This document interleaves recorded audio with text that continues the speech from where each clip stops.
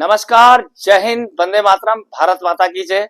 आप सभी को रक्षाबंधन की बहुत बहुत शुभकामनाएं। और रक्षाबंधन जैसे त्योहार पर भारत की एक नौ युवा पीढ़ी, जिनकी संख्या या परसेंटेज कहिए 35 साल और उससे नीचे 66% जिनकी संख्या हो, और 50% लगभग जिसमें 1 से 24 साल के हों, तो उस भारत की बात करते हैं, अपने देश की बात करते हैं। तो एक बहुत अच्छी योजना जो सरकार की तरफ से, जिसे सरकार बहुत अच्छा कह रही है, नौ युवाओं के लिए कॉन्सेप्ट ऑफ अग्निपथ अब्लिक अग्निवीर योजना बीएस परमानेंट फोर्सेस का आज विश्लेषण करेंगे।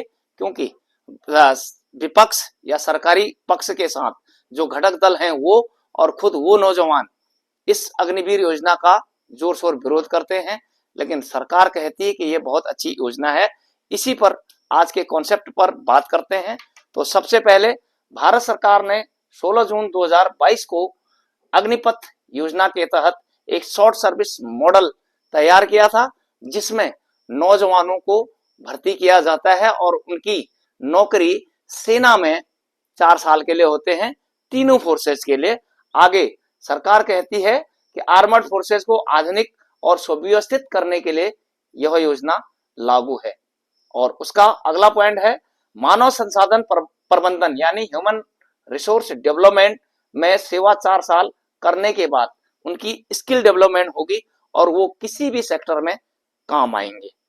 अगला पॉइंट है 25% को परमानेंट कर लिया जाएगा और 75% लोग जब स्किल लेकर जाएंगे तो उन्हें बहुत सारी फोर्सेज में चांस मिलेंगे, बहुराष्ट्रीय कंपनी में चांस मिलेंगे। उस पर एक एक करके आगे बात करेंगे, लेकिन सबसे पहले 25% लिया किसे जाएगा? क्या फिट फॉर जवान को लिया जाएगा, या फिर जो सहायक रहेगा, या किसी का कुत्ता घुमाएगा, या कोई एडम काम करेगा उसे लिया जाएगा? बड़ी जिम्मेदारी के साथ कह रहा हूं, 30 साल नौकरी है मेरी फौज की, देखा है मैंने इन चीजों को। फौज में ऐसी चमचागिरी बहुत ज्यादा है और सिफारिशें बहुत ज्यादा है, एक्चुअल आदमी छूट सकता है। तो 25% जो क्रीम छानने की जो बात हो रही है, मुझे नहीं लगता है कि उसमें भी भेदभाव नहीं होगा। लेकिन पहले आगे बात कर लेते हैं।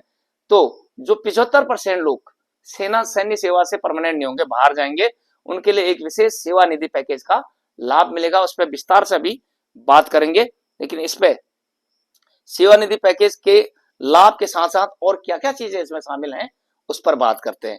75% जो सेवा निधि पैकेज लेकर बाहर होंगे, 25% सेलेक्ट हो जाएंगे, उनके लिए और क्या क्या है? सबसे पहले उनके लिए क्लास 12 सर्टिफिकेट दिया जाएगा, ऐसा सरकार कहती है। लेकिन मुझे बताइए, रेगुलर फोर्सेस का 30 अगस्त 2016 का जो 7th सीपीसी की रिपोर्ट है, उसमें रेगुलर फोर्सेस के जवानों को 8th पास दिखाया गया है। संदर्भ संख्या 6 to 76, पेज नंबर 124 स्क्रीन पर लगा के दूंगा, आप उसे जरूर चेक कीजिए। अग्निवीर के लिए तो कह रहे हैं आपके 12 पास का।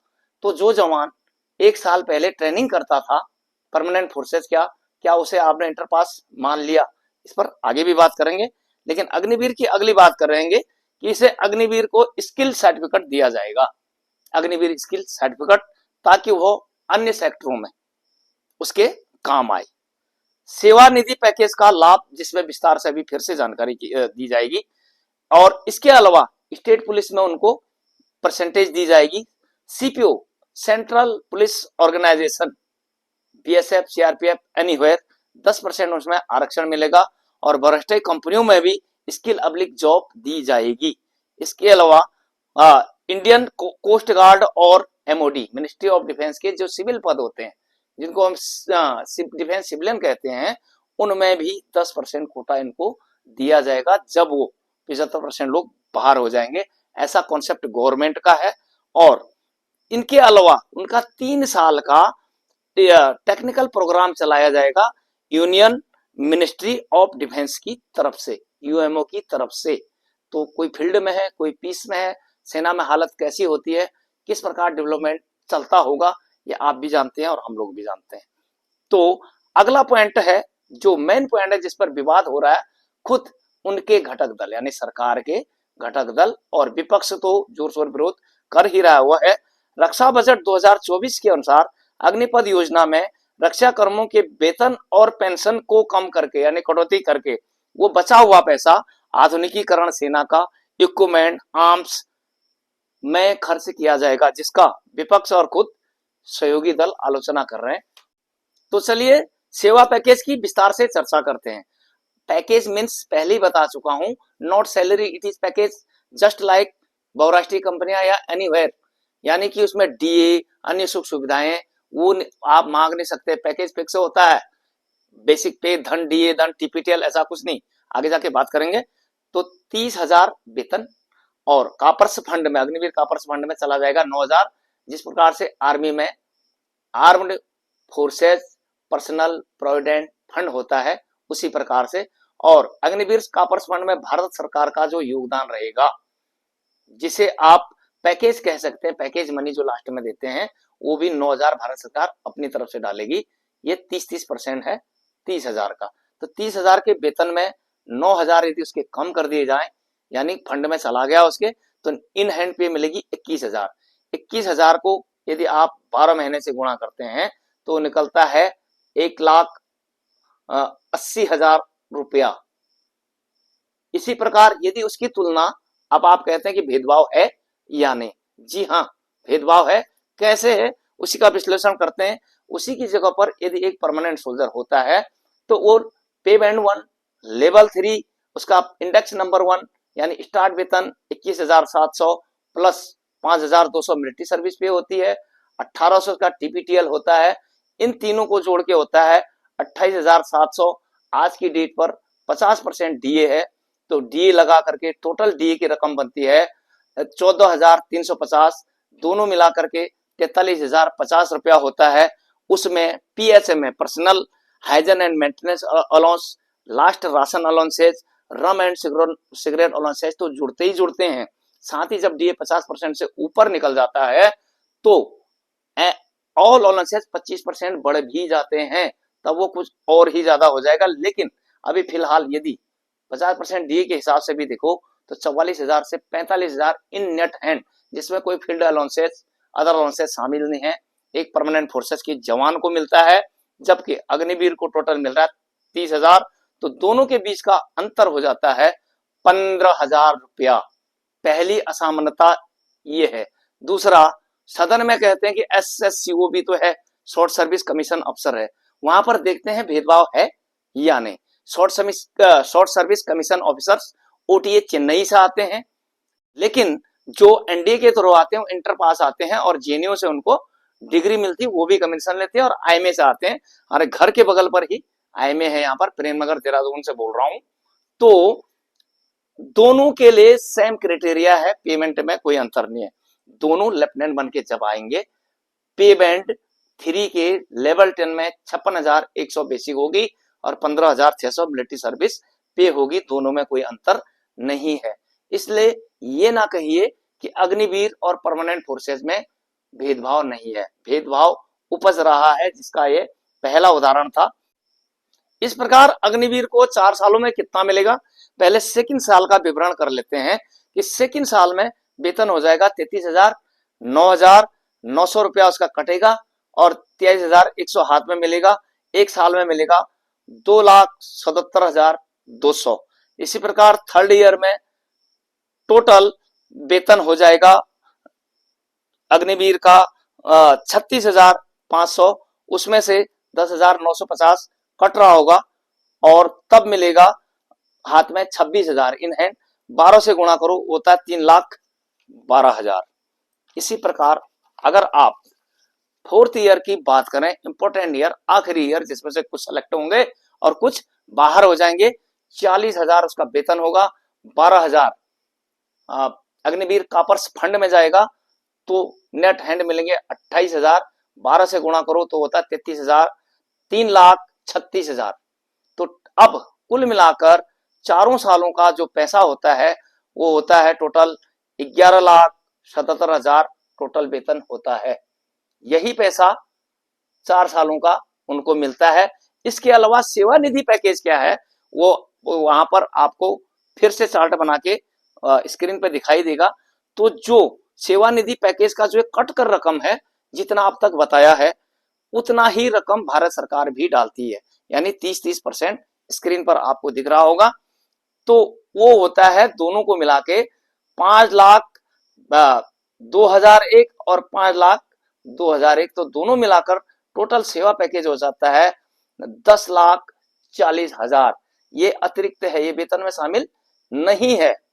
और इस पर गवर्नमेंट डीए कितना देगी ये तो 4 साल बाद ही पता चलेगा, लेकिन आमतौर पर जो प्रोविडेंट फंड का जो डीए है वो इसमें भी लगेगा। तो ये दोनों को यदि जोड़ दो आप वेतन, 11,77,000 और 10,04,000 को जोड़ दिया जाए, टोटल रकम बनती है 21,81,000, जो लगभग ब्याज सहित 23 लाख बन जाता है, जिसकी सरकार बात करती है कि एक अग्निवीर जब 4 साल में जाएगा तो लगभग 23 लाख रुपया लेकर जाएगा। अब 4 साल की तुलना करते हैं आखिरी वाले की। 4 साल में 45,000 BS 4,000 हो रहा है, क्योंकि वहां पर जवान का वेतन कितना हो जाएगा, 45,000 लगभग हो जाए। डीए 50% से ऊपर निकल जाएगा 4 सालों में। यदि 4% भी डीए बढ़ रहा होगा तो 4 साल का कितना हो जाएगा, साल में 2 बार डीए बढ़ता है, 8 चक्को 32% यदि डीए बढ़ जाएगा, हर साल 3% इंक्रीजमेंट लगता है। तो सिपाही का 4 साल में, अगर आप तीसरा इंडेक्स से भी देखो तो चौथा इंडेक्स से भी देखो तो उनका वेतन हो जाता है 23,100। और उसमें जब मिलिट्री सर्विस पे और आप टीपीटीएल जोड़ोगे जो बढ़ सकता है, क्योंकि 50% डी के बाद 50 ये नॉर्मल है सी क्लास सिटी का। तो एक जवान का कुल मिलाकर वेतन हो जाएगा लगभग 60,000, जो कि 4 साल में फर्क पड़ जाएगा 20,000 का। इस चीज को अग्निवीर जवान देख रहा है कि अंतर कितना है, तो 20,000 का वहां पर फर्क पड़ जाएगा। वहीं 4 साल में एक एससीओ ऑफिसर्स की बात करो, जिसके आप बोल रहे हैं कि वो भी तो आते हैं शॉर्ट सर्विस, तो देखिए साहब 2 साल बाद वो कैप्टन बन जाते हैं और 4 साल में लेवल 10B में चले जाएंगे, और रेगुलर होने के उनको 14 साल में मौके हैं, खुद ही छोड़ेंगे तब, नहीं तो 100% यदि नौकरी करना चाहें तो आराम से कर भी सकते हैं। लेकिन अग्निवीर के मामले में ऐसा नहीं है। अब तक सरकार 25% लेगी, कह रहे कि इसे 50% कर देंगे। होना सुझाव कितना चाहिए आप भी सुझाव दें। केवल 20% ही लोग बेकार होते होंगे और होते हैं। सीनियर जेसो रहे हैं बटालियन के, एक कंपनी में 120 अगर जवान होते हैं तो 10 जवान ऐसे जरूर धक्का मार होते हैं जिनको खाली फौज धकेलती है, या 15 होंगे ज्यादा, बाकी सब फिट होते हैं। तो इसलिए 80% लोग तो कामयाब होते ही होते हैं। तो आज के एपिसोड में इतने तक ही बात करेंगे, लेकिन ये सीरियल आगे जारी रहेगा। ये पार्ट 1 आज का है, तो आगे देखेंगे कैजुअलिटी हो जाने पर, मौत हो जाने पर किन किन कारणों से मौत या शारीरिक विकलांगता डिसेबिलिटी आती है, उसको ध्यान में रखते हुए किस प्रकार से पेमेंट और कितना दिया जाएगा, ये कौन सा मॉडल है भारत बीएस इजराइल कॉन्सेप्ट की, उसमें चर्चा की जाएगी। नौजवान बीएस आजकल का जो वोट बैंक है उसे राजनीति हो रही है, उसे भी उस पर भी विश्लेषण किया जाएगा। और क्या यह योजना जो यूपीएससी आईएएस मिलाकर 24 प्रकार के जो हिंदुस्तान के कैडर हैं उनके लिए था, और शामिल जो मंत्री या उच्च पदों पर जाएंगे उनके लिए था, या भारत की युवा पीढ़ी बेरोजगार पीढ़ी के ऊपर इसे बदलकर ब्यूरोक्रेट्स ने, आईएएस अधिकारियों ने बदलकर फॉर्मेट को बदलकर अग्निवीर बना दिया गया है। इस पर भी बात करेंगे, क्योंकि युवा पीढ़ी 10 से 24 वर्ष तक के 382 मिलियन है। इसी प्रकार 66% आबादी 35 वर्ष से कम आयु की है, और पूरे वर्ल्ड में ये रिकॉर्ड है हिंदुस्तान का। क्या इस चीज का गलत फायदा उठाया जा रहा है या फिर सेना के लिए घातक है या नहीं, आप अपने कमेंट्स जरूर दें। अब तक जो भेदभाव हुआ है वेतन में और सुख सुविधाओं में, उस पर चर्चा की गई। आगे जाकर आपको सीआईडी सुविधाएं या रिटायरमेंट के बाद सुविधाएं, बैटल कैजुअलिटी, सभी चीजों पर विश्लेषण किया जाएगा। तो यह एपिसोड नंबर 1 था, तो बने रहें। Israel concept, vs India concept and other facilities of Agniveer and permanent forces के लिए परिहार विजय पथ पर।